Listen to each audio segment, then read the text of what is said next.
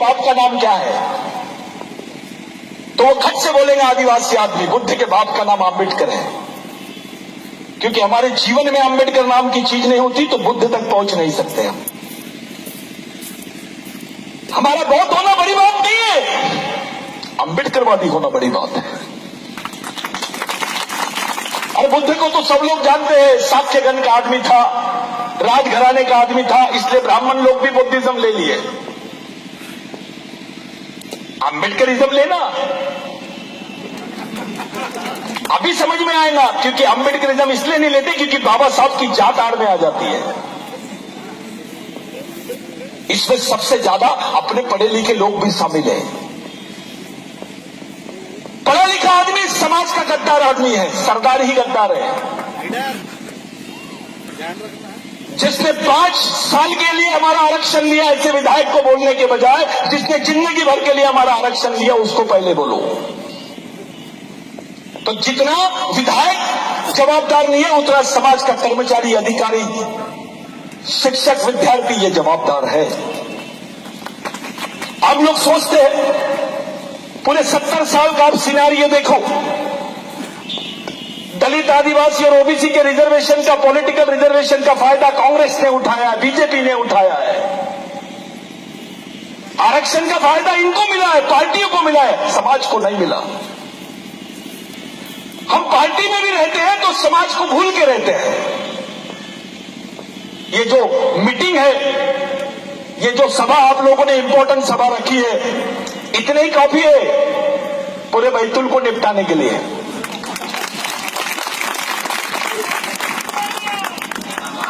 ये जो लाइन है आपको आरएसएस के खिलाफ में रखनी पड़ेगी, खुली खुली रखनी पड़ेगी। दबे सौरों में नहीं होना। दबे सौरों में करना रहता तो बाबा साहब खुलेआम नहीं आता, बिरसा मुंडा खुलेआम नहीं आता, टंटा भील खुलेआम नहीं आता। उसने अपने आप को, अपनी जात को, अपने समाज को और अपनी मांग को और अपनी विचारों को कभी छुपाया नहीं। ये तो लेडीज छुपाती है, ये गुण सही नहीं है।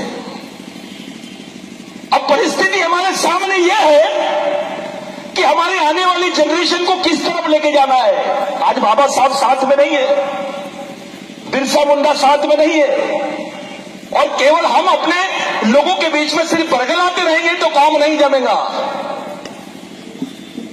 पहले तो ब्रेन खड़ा करो, ये कारखाना खड़ा करो। आपके पास में मिशन नहीं है, कुछ नहीं कर सकते आप। पायली के 50 संगठन है, मैं राष्ट्रीय अध्यक्ष, मैं वो अध्यक्ष, वो अध्यक्ष, वो अध्यक्ष, अपने घर में रख ले अचार दाल, इसका कोई वैल्यू नहीं है। ब्रेन है, विचारधारा है तो मिशन खड़ा हो जाएगा। विचारधारा नहीं है तो खत्म हो जाओगे आप। अपने बच्चों को जिंदा रखना चाहते हो, अपने आने वाली जनरेशन को जिंदा रखना चाहते हो, तो आपके पास में प्लानिंग होने की जरूरत है। अरे जो खाना उगा रहा है, देखो कितनी खतरनाक बात है यार। जो उगा रहा है, उत्पादन कर रहा है, जो अनाज उगाता है, वो भूखा मर रहा है। ये दोनों बातें देखो कितनी खतरनाक है। किसान भूखा मरता कैसे है यार? वो तो खाना उगाता है, उसको खाना क्यों नहीं मिल रहा है? क्योंकि मार्केट इकोनॉमी आ गई है। इसको बोलते बाजारवाद। ये जो बाजारवाद है, इसमें सबसे ज्यादा ब्राह्मण बनियों को फायदा है, पूंजीपतियों का फायदा है। भैया सच बोलने के लिए आचार संहिता की जरूरत नहीं है। Fundamental rights are more important than your constitutional provisions in elections. तुम्हारे मूलभूत अधिकार किसी भी अधिकार से बड़े हैं। आचार संहिता प्रधानमंत्री के लिए है, आपके लिए नहीं है, और हमारे लिए तो है ही नहीं, क्योंकि हम मालिक हैं। ये मैटर होना ही नहीं। देखिए मैं क्या बोल रहा था।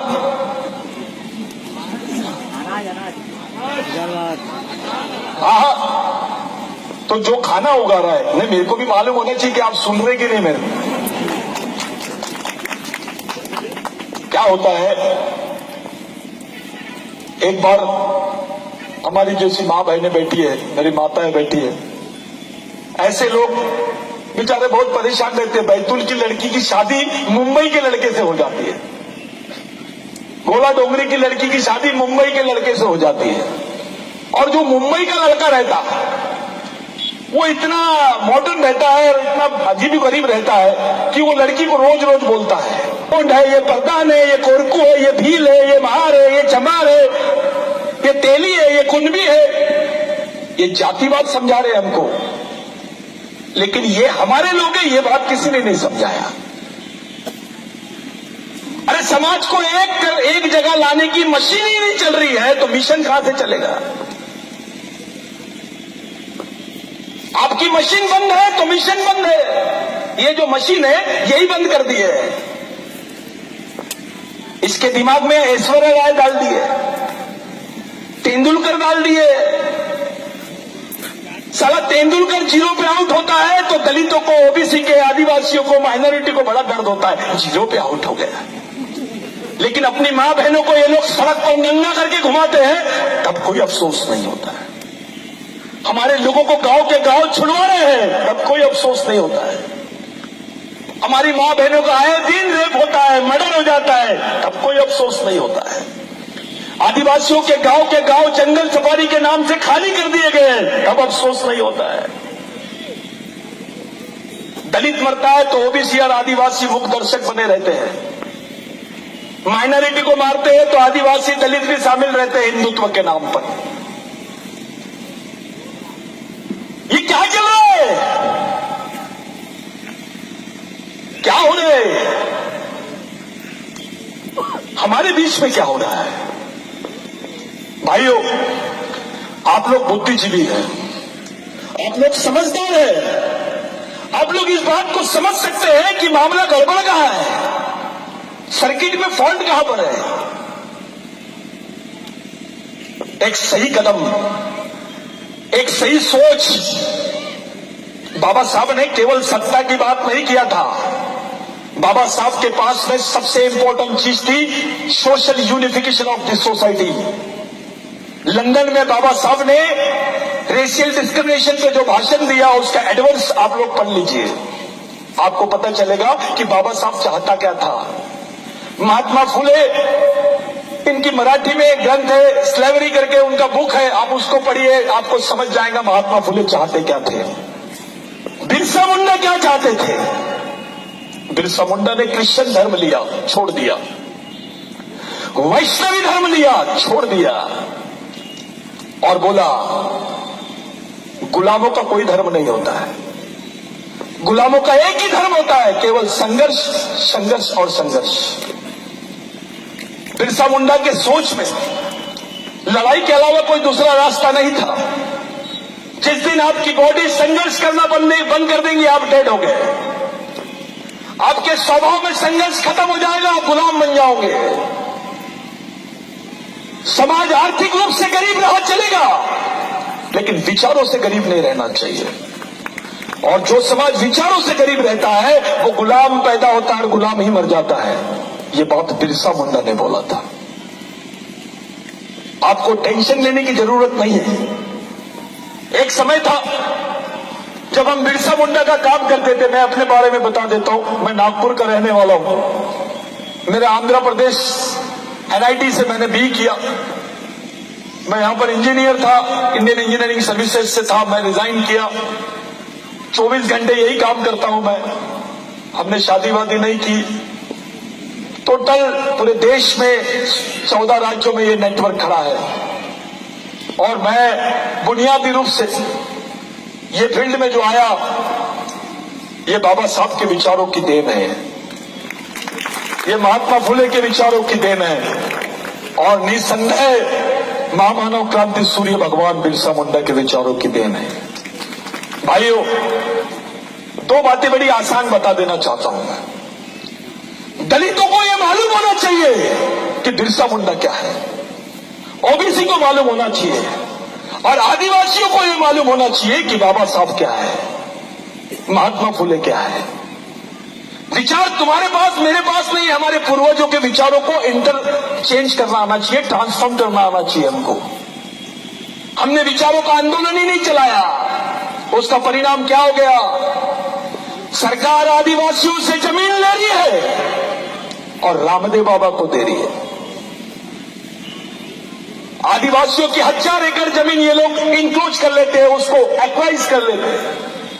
एक्वायर कर ली यानी ले ली सरकार ने, और एक आदमी को इतनी बड़ी जमीन। और रामदेव बाबा को जड़ी बूटी के बारे में बात कर रहे हैं। अबे जड़ी बूटी का ज्ञान आदिवासी को होना चाहिए, ये तो जंगल में रहता है, रामदेव बाबा को क्या मालूम? आदिवासी महिला जैसा 6 फीट का गड्ढा खोदते बोलना, अभी पता चल जाएगा योग किसको बोलते हैं। इधर की कमर इधर पलट जाएगी। मैं गर्व करता हूं हमारी मां बहनों पर कि बच्चा पीठ पर बांधकर दिन भर गड्ढा खोदते हैं और स्वाभिमान के साथ खाना खा रहे हैं, स्वाभिमान की रोटी खाते हैं, किसी को बेवकूफ नहीं बनाते हैं। इस देश में आपको फर्क करना आना चाहिए, तर्क करना आना चाहिए। भगवान को मानने वाला और भगवान का उपयोग करने वाला, ये ध्यान में रखिए। शनिवार को हनुमान जी के पास चली जा, तेल चढ़ा दे। मंगलवार को ये भगवान के पास जाओ, शुक्रवार को देवी के पास चले जाओ, गुरुवार को फलाने के पास चले जाओ। जैसे यहां पे फोन करके बोलता है भगवान कि तू इधर इधर मेरा कर दे, यानी इनकी लाइव बातचीत होती है भगवान से, ये पूरे लाइव है। बिरसा मुंडा ने बोला था कि इस देश में भगवान के बाप का नाम ब्राह्मण है। बिरसा मुंडा ने बोला था भगवान के बाप का नाम ब्राह्मण है। और एक बात और बोला था, मैं ऐसे भगवान को नहीं मानता हूं जो ब्राह्मणों की मानता है, मैं ऐसे भगवान को ब्राह्मणों के घर का कुत्ता समझता हूं। यह बात बिरसा मुंडा ने बोला था। जो आदिवासियों में बड़ा देव है, जो भीमाल पेन है, सजोर पेन है, ये झाड़ है, झाड़, मौवे का झाड़। लोग हंसते हैं, मैं 5 मिनट और बोल सकता हूं ना? नहीं। कुछ लोग एंथ्रोपोलॉजिकल डिपार्टमेंट ऑफ इंडिया,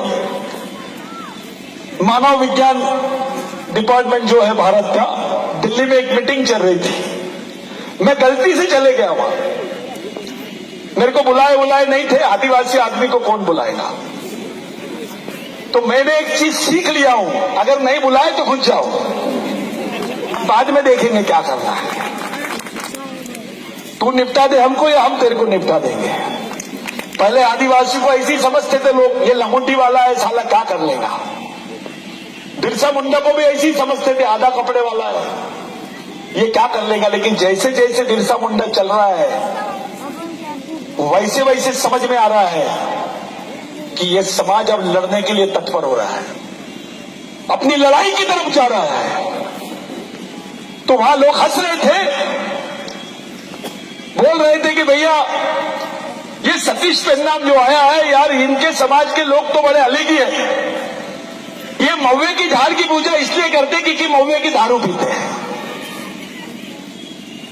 मैं थोड़ा देर रुका, मैं इधर उधर घूमा, मेरे को बर्दाश्त ही नहीं हो रहा था। मैंने बोला यहां तो कुछ बोला ही जाए यार। तो मैं वहां गया और एक सवाल पूछा उनसे कि भाइयों, आज से 10,000 साल पहले, अपन पानी पिलाएंगे उनको, पिएंगे नहीं तो आज से 10,000 साल पहले जब चावल नहीं था, गेहूं नहीं था, जवार नहीं था, तो आदमी खाता क्या था?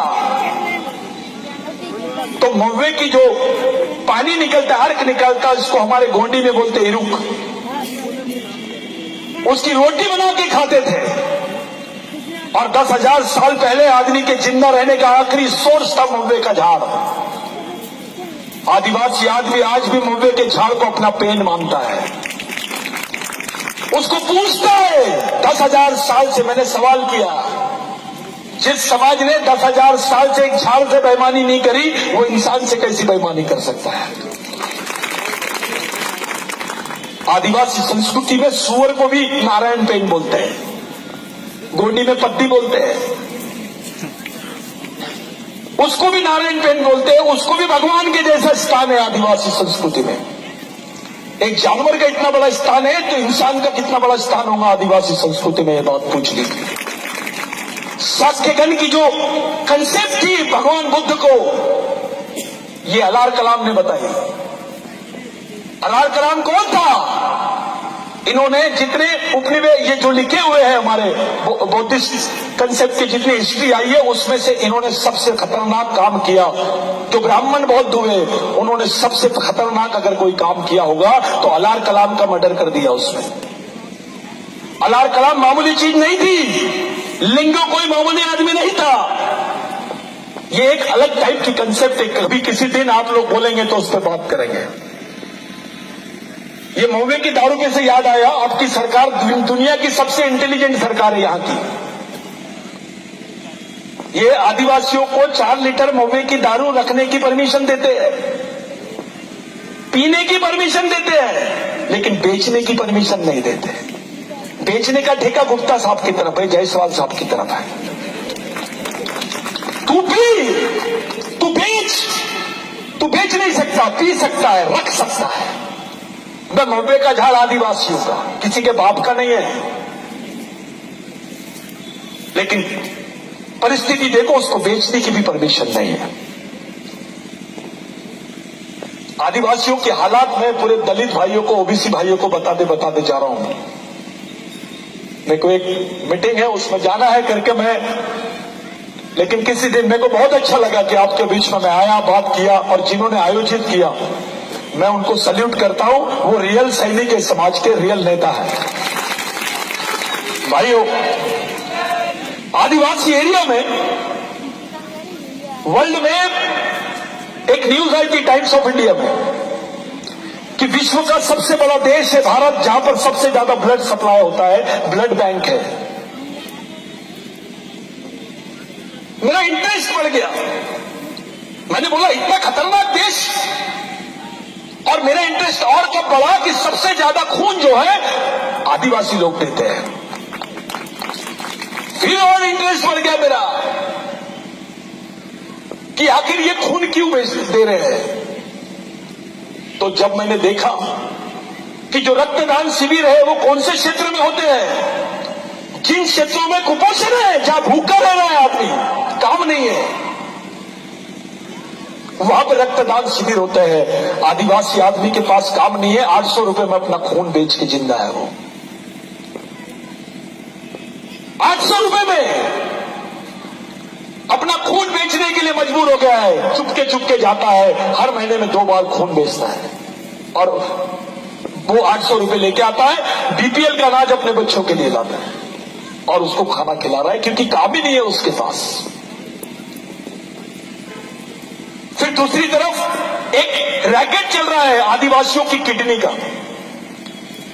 गांव गांव में आदिवासी आदमी अब किडनी बेचने लग गया है, रीढ़ की हड्डी बेचने लग गया, अपनी आंखें बेचने लग गया है। ये एक बात का संकेत है कि अब आदिवासियों को सब्स्टिट्यूट ह्यूमन बना दिए इन्होंने। सब्स्टिट्यूट ह्यूमन यानी पर्यायी मानव। किसी को किडनी होना तो आदिवासी की ले ले, किसी को खून होना तो आदिवासी की ले ले, किसी को जमीन होना तो आदिवासी की ले ले, किसी को लड़की होना तो आदिवासी की ले ले। अब तो आदिवासी लड़कियों से शादी कर रहे हैं लोग, उसके नाम पर उसको सरपंच बनाते हैं, उसको विधायक बना देते हैं, उसका रिजर्वेशन करते हैं, उसको 10 साल 12 साल उसके नाम की जमीन ले लेते हैं। बाद में वो आदिवासी लड़की या तो कुएं में गिर के मरती है, या करंट से मरती है, या टीबी हो जाती है, या एक्सीडेंट होता है उसका। ये चल रहा है पूरे राज्य में। ये स्थिति है इस देश की। विश्व में कहीं नहीं है ऐसा परिस्थिति जो भारत में है। मध्य प्रदेश देश का वो राज्य है जहां सबसे ज्यादा आदिवासी रहते हैं, और यहां पे आदिवासियों की हालत ऐसी है तो देश के आदिवासियों की हालत क्या होगी, थोड़ा सोचिए। सोच ही नहीं रहा है कोई। उल्टे सुटे इलेक्शन, मैं नेता, वो नेता, ये नेता, वो नेता, बे तेरे बाप का है क्या? समाज को बेचने का नहीं, समाज को बचाने की तैयारी करो। ओबीसी कैसे बचेगा इसकी तैयारी होनी चाहिए। और अभी दिमाग से निकाल दे, दलित भाई भी, एससी भाई भी निकाल दे कि इनको नौकरियां वोकरियां लग गई है, तो ये बहुत बधाई। आपके कपड़े बदले हैं, घर बदला है, आपकी पहचान नहीं बदली इस देश में। आपके कपड़े बदल गए हैं, घर बदला है, बैंक बैलेंस बदला है, पहचान नहीं बदली, क्योंकि हमारे बाप की पहचान नहीं बदली। गलत आंदोलन है, संविधान बचाओ, गलत। अम्बेडकरवाद बचाओ। ये बचेगा तो आम आदमी बचेगा। आपके पेट में रोटी रही नहीं रही चलेगा, लेकिन दिमाग में बाबा साहब का विचार रहेगा तो इस देश में जिंदा रह सकते हैं आप। ये लाइन पकड़ो, नहीं तो मैं 2000 दे रहा हूं चंदा, 5000 दे रहा हूं, इतवार के इतवार दिन मिलेंगे, बिल्कुल पढ़ेंगे, तू पैगंबर मैं खुदा, एक दूसरे का स्वागत कर देंगे। बहुत अच्छा संगठन है।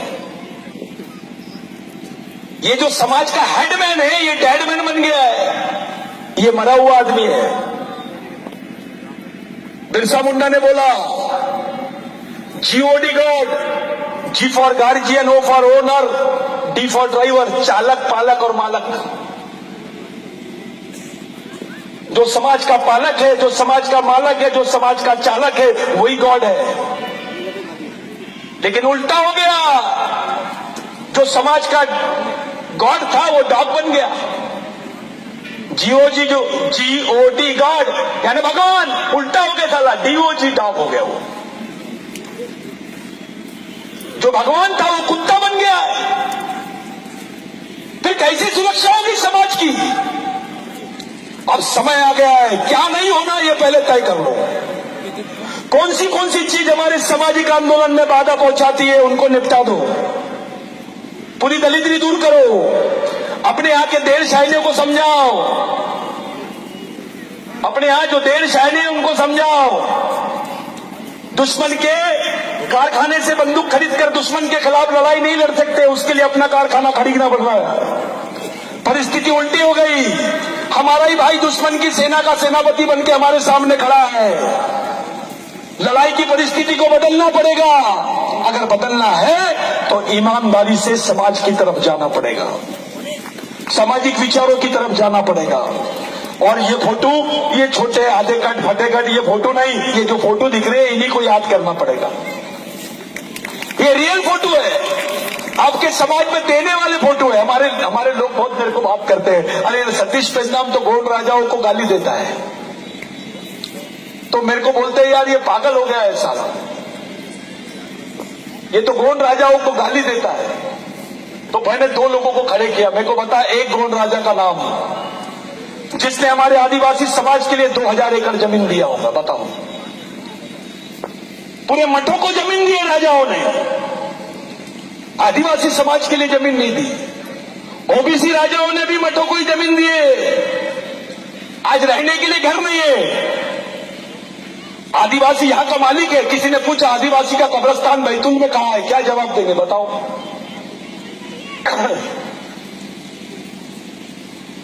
ना जीने के लिए जगह है, न मरने के लिए जगह है।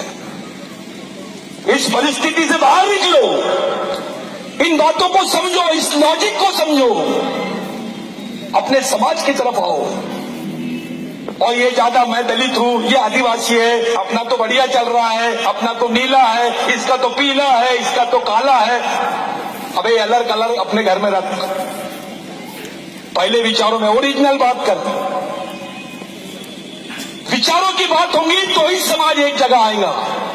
ये नेता आल्टी पार्टी, पार्टीवाद, जातिवाद, व्यक्तिवाद, क्षेत्रवाद, ये बीमारियों से बाहर निकलो, केवल समाज और समाजवाद की तरफ चलो। ये एकमेव पर्याय है अगर आप अपने बच्चों को जिंदा रखना चाहते हो। क्या रास्ता है आपके पास? कौन से रास्ते से जाओगे आप? ये देश की इकोनॉमी आपके फेवर में है या नहीं है? आप किस जगह पर खड़े हो? आपकी आगे आने वाली जनरेशन के लिए आप लोग क्या बनाओगे? इस दिशा में सोचना शुरू कर दो। ये तो अलग हो गया, बहुत बातें करेंगे, बहुत गालियां देंगे, यानी दुश्मन को गाली देंगे और बाद में आके उससे लड़ने की तैयारी करेंगे। अबे पहले तैयारी कर और बाद में लटक कर दे, मैटर खत्म। तो पहले रणनीति बनाओ। दुश्मन राजनीति कर रहा है तो आपके पास उसका जवाब रणनीति है, वो रणनीति बनाओ। रणनीति बना के अपने समाज के हित में सोचो। यहां पार्टी फाल्टी ये दिमाग से बाहर निकाल लो। जब समाज को बचाना है तो रास्ता आपको बनाना पड़ेगा। कोई बाहर से आदमी उतरेगा नहीं, बाबा साहब नहीं आएंगे, बिरसा मुंडा नहीं आएंगे, महात्मा फुले नहीं आएंगे। आप ही को प्रयास करना पड़ेगा। और ये ढोंग धतूरे बंद कर दो। हम राजा थे, हमारे आदिवासियों के दिमाग में डाला गया है अपना तो राज था। अबे आज तेरे को हगने को जगह नहीं है, रहने को जगह नहीं है, मरने को जगह नहीं है, खाने को रोटी नहीं है। तेरा सरदार गद्दार नहीं होता तो तेरे हिस्से में तो कुछ आता। आज मुस्लिम भाइयों के पास कम से कम मस्जिद तो है, बौद्ध भाइयों के पास कम से कम बौद्ध विहार तो है, आदिवासियों के पास क्या है? एक मुस्लिम भाई अपने बच्चे के हाथ में कुरान शरीफ देता है और उसको बताता है बेटा ये तेरे जीने मरने का रास्ता है। एक बौद्ध भाई अपने बच्चे के हाथ में बाबा साहब का बुद्ध और उनका धम्म देता है और बोलता है बेटा ये तेरे जीने मरने का रास्ता है। ओबीसी के सामने, आदिवासियों के सामने प्रश्न है कौन सी किताब देंगे अपने बच्चों को? आप बताइए क्या है आपके पास अपने बच्चों को देने के लिए? अरे रोटी तो कुत्ता भी ला लेता है यार अपने बच्चे के लिए, गाय भी अपने बच्चे को दूध पिला देती है। आपने अपने बच्चों को कौन सा विचार दिया ये जरूरी है। मैं किसी दिन आपके बीच में आऊंगा, खुल के बात होगी। ये सहमे सहमे चेहरे नहीं होना, खुली बातचीत होना। या तो इधर हो जाए या तो उधर हो जाए, क्योंकि अपने वंशजों का खून जो है वो लड़ाकू खून है, लड़ने वाला है, भगने वाला नहीं है। उसको कोई जरूरत नहीं थी। एक ही आम्बेडकर था, एक ही फुले था और एक ही बिरसा मुंडा था। याद रखना, ये याद रख लो। इन्होंने जो आंदोलन चलाया है, इस आंदोलन की गरिमा को समझ लीजिए, इसके बलिदान को समझो। अरे बिरसा मुंडा का आंदोलन नहीं होता तो तुम्हारे हिस्से में 2 एकड़ 3 एकड़ भी जमीन नहीं होती, कुछ नहीं होता, कोई नहीं पहचानता तुम आदिवासी। रिकॉग्नाइज किया है बाबा साहब ने। गोदावरी के आंदोलन में बाबा साहब ने बोला मैं बिरसा मुंडा को अपने आंदोलन का गुरु मानता हूं, क्योंकि बिरसा मुंडा का जो आंदोलन था वो जल जमीन जंगल का आंदोलन था। और उसी आंदोलन से प्रेरित होकर बाबा साहब ने बोला कि इस देश की खेती का राष्ट्रीयकरण होना चाहिए। जो खेती की जो जमीन है उसका नेशनलाइजेशन होना चाहिए। अगर ये बात उस वक्त हो जाती तो एक भी आदिवासी, एक भी ओबीसी, एक भी माइनॉरिटी का आदमी, एक भी दलित आदमी बेरोजगार नहीं होता। आज सरकार का मालिक होता वो। इस सरकार में उसकी हैसियत मालिकियत की होती। इस देश में 2 डुअल सिटीजनशिप है, दोहरी नागरिकता है। अमेरिका का आदमी भी नागरिक है, कोई बाहर देश का आदमी भी मध्य प्रदेश में आके वोट कर रहा है, लेकिन मध्य प्रदेश का जो मालिक है वो तो दूसरे प्रदेश में पड़ा है। बेचारा अपने राज्य में आके वोट भी नहीं कर सकता, उसकी इतनी औकात भी नहीं है, उसके पास टिकट के पैसे नहीं है। इसको बोलते हैं डेमोक्रेटिक एक्सप्लॉयटेशन, लोकतांत्रिक शोषण। उसको इस लायक ही नहीं रहे कि अपने हक में वोट भी डाल सके। वो दूसरे प्रदेश में जाता तो कार्ड नहीं मिलता, कास्ट सर्टिफिकेट नहीं मिलती, राशन कार्ड नहीं मिलता, कुछ नहीं कर सकता वो। यहां मजदूर रहता, वहां मजबूर हो जाता वो। और अब तो ऐसी हालत है भाइयों, अभी जितने ये सरकारी संडास बने हैं ना, शौचालय जाकर चेक करो, ये ठेके बड़े जाति के लोगों के हैं। और वहां हमारी औकात अभी ऐसी है कि अगर शहर में हमारी समाज की गांव की लड़की आएगी तो वो बुरा नहीं मानना, वो पेशाब करने भी नहीं जा सकती, क्योंकि पेशाब करने के भी 10 रुपए लगते हैं। उसके पास आने के लिए 10 रुपए नहीं थे, तो बाथरूम लगी तो इज्जत से भी खड़े नहीं हो सकते इस शहर में। यानी धीरे धीरे हमारी एंट्री पर बंदी लगा रहे हैं लोग। बदलना पड़ेगा। कुछ चीजें हैं जिसको पहले बदलो, बाद में सब देख लेंगे। क्या नहीं होना ये पहले तय करो, क्या होना है हम बाद में देख लेंगे। मेरे बाद भीम सेना के हमारे भाई वो बोलेंगे। मैं आपके बीच में से सोचा था मैं रुकूंगा, लेकिन मेरे को थोड़ा काम है। लेकिन मैं आप लोगों का लाख लाख धन्यवाद देना चाहता हूं कि ऐसे माहौल में भी आप लोगों ने एक जगह आने की कोशिश की। भैया जो बोल रहे थे, आप बोल रहे थे मेरे को कि भाव बहुत कम लोग हैं, तो मैं कितने हैं देखता ही नहीं। एक गिनती वाला कार्यक्रम नहीं है अपने पास, ये कैसा है ये देखता हूं। मैं पब्लिक नहीं देखता भाई, मैं दिमाग देखता हूं। और मेरी लड़ाई तो ऐसी चली है। हम लोगों को तो बहुत सिक्के लगाए लोग, उससे कोई फर्क नहीं पड़ा। मैं भूल गया मैं इंजीनियर हूं, मैं वकील था, मैं इतना एजुकेशन किया, मैं क्लास 1 ऑफिसर था, मैं भूल गया। वो घर में रख दिया मैंने, उसको बंद कर दिया। अब जो मेरे समाज का सम्मान रहेगा वही मेरा सम्मान है। मेरे इससे नहीं होगा। अबे मैं बाबा साहब की इतनी डिग्री तो नहीं ले सकता, काफी है, मेरे बाप ने बना लिया पूरी। और बाकी का तो लाइसेंस अपने पास है, बिरसा मुंडा ने दिया है, कभी भी रिन्यू हो सकता है, वो कभी भी निपटा सकते हैं वो, उसका कोई जरूरत नहीं है।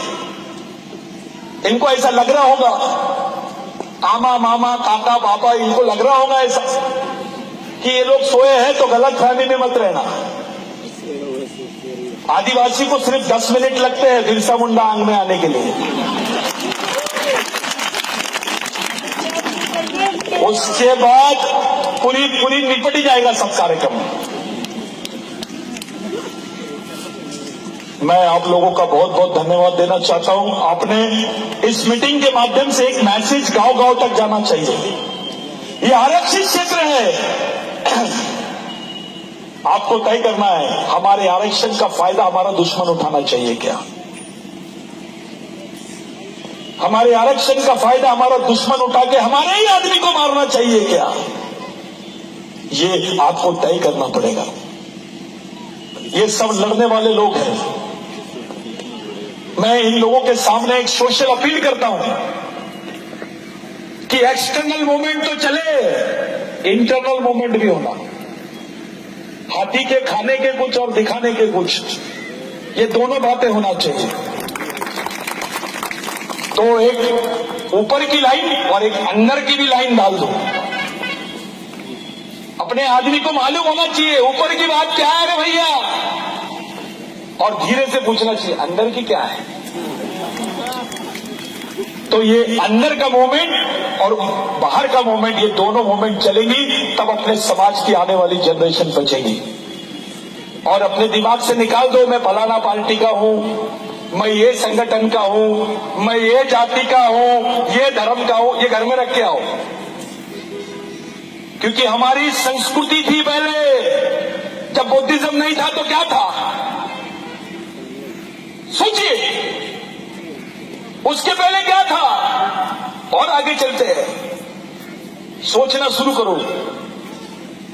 हम पूरे भगवान को मानते हैं, आदिवासी तो पाइली के 50 भगवान को मानता है, पूरे भगवान उसी के हैं, सिर्फ अम्बेडकर को नहीं मानता। अब आदिवासियों में नया हो गया, अरे नहीं नहीं नहीं नहीं, बिरसा मुंडा पैदा होना चाहिए, होना चाहिए। पढ़ा लिखा आदमी बोलता है, लेकिन बाजू वाले के घर में, मेरे घर में नहीं। ये चलेगा नहीं, तू लड़ मैं कपड़े संभालता, ये बेवकूफ वाली सोच नहीं चलेगी। ईमानदारी से आ जाओ, नेता वेता तो बनते रहेंगे यार, ऐसे कई इलेक्शन आएंगे, कई कलेक्शन जाएंगे। ईमानदारी से अगर सही में आप लोग सामाजिक मिशन की तरफ आ जाएंगे तो ही अपना समाज बचेगा। दूसरा कोई अपने सामने पर्याय नहीं है, केवल मिशन। बहुत अच्छी बात बोल रहे हैं सब लोग, मेरे को बहुत मजा आया बोल रहे थे, सभी लोग अच्छा बोल रहे हैं। लेकिन अभी बोलने से काम नहीं चलेगा, खोलने से भी काम चलेगा। खोलना पड़ेगा आपको, एक एक जो तार है उसको खोलना पड़ेगा समाज को जोड़ने के लिए। और ये कल्पना शास्त्र से नहीं चलेगा, वास्तविक शास्त्र होगा इसके लिए। ये वास्तविक शास्त्र पे आधारित ही समाज का निर्माण होना चाहिए, कल्पना शास्त्र पे नहीं। इसलिए बुद्ध ने बोल दिया, भगवान का सब्जेक्ट उधर रखो, जो दिखता है उसी के बारे में बात करो। सिंपल लॉजिक थे। बाबा साहब ने क्या काम किया? अरे दुनिया का पहला आदमी है डॉक्टर बाबा साहब आम्बेडकर, जो किसी धर्म पे अमेंडमेंट करके बताया। जो बाबा साहब की 22 प्रतिज्ञा है वो बौद्धिज्म का हिस्सा नहीं है, वो सोशल ट्रांसफॉर्मेशन का हिस्सा है, सामाजिक परिवर्तन का हिस्सा है, सामाजिक विद्रोह का हिस्सा है। बाबा साहब ने बौद्धिज्म में भी परिवर्तन किया। अब बाबा साहब जैसा आदमी बौद्धिज्म में परिवर्तन कर सकता है तो आप समाज में तो कर लो।